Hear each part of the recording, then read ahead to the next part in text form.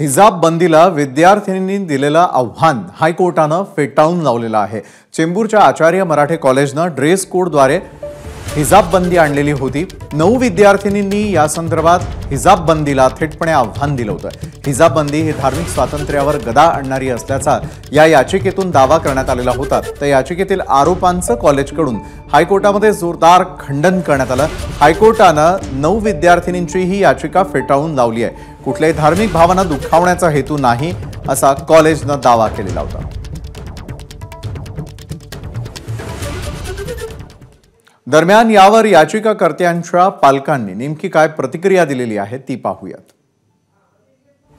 आचार्य मराठे महाविद्यालयानं हिजाब बंदी संदर्भात जी हायकोर्टात याचिका दाखल केली होती ती याचिका कोर्टानं फेटाळली आहे।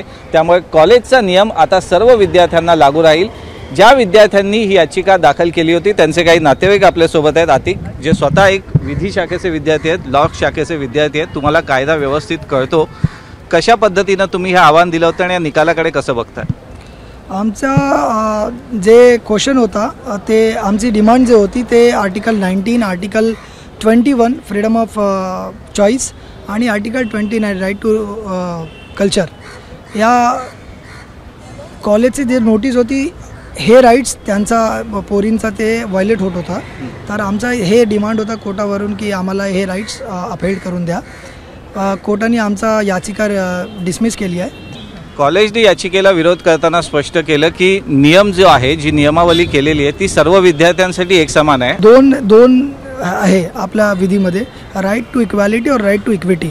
सो राईट टू इक्वॅलिटी सर्व स्टुडंट एक समोर एक बरोबर व्हायला पाहिजे।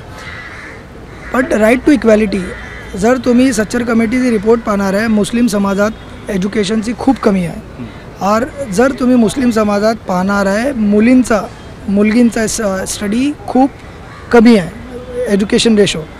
तर कोर्टात आम्ही ते याचिका टाकले होते की आम्हाला आमची मुलींना पुढे एज्युकेशन द्यायचं आहे आणि काही लोक आता ग्रॅज्युएट नाही आहे।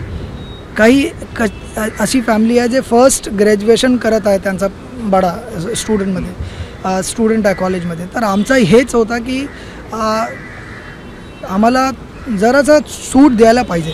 कॅमेरामन हासिफ खान सह मैं राणे, एबीपी माझा, मुंबई। दरम्यान यावर याचिकाकर्त्यांचे वकील अल्ताफ खान यांनी काय प्रतिक्रिया दिली तीही पाहूयात। हम अपने स्टूडेंट से, क्लाइंट से हम बातचीत करेंगे और बातचीत करने के बाद हम फैसला लेंगे सुप्रीम कोर्ट में चैलेंज करने के लिए। और मुझे लगता है कि जो हिसाब से जो ग्राउंड्स हैं और कॉन्स्टिट्यूशनल, स्टैट्यूटरी और अदर ग्राउंड्स हैं, मुझे ऐसा लगता है, मेरा पर्सनल ओपिनियन है कि ये सुप्रीम कोर्ट में चैलेंज करना चाहिए। तर हिजाब बंदीला आव्हान देणाऱ्या या 9 मुली होत्या। कॉलेजनं बंदी घातल्यानंतर मात्र थेटपणे आव्हान देण्यात आलेलं होतं। चेंबूरच्या आचार्य मराठे कॉलेजनं ड्रेस कोडद्वारे हिजाब बंदी आणलेली होती। 9 विद्यार्थिनींनी हिजाब बंदीला आव्हान दिलेलं होतं।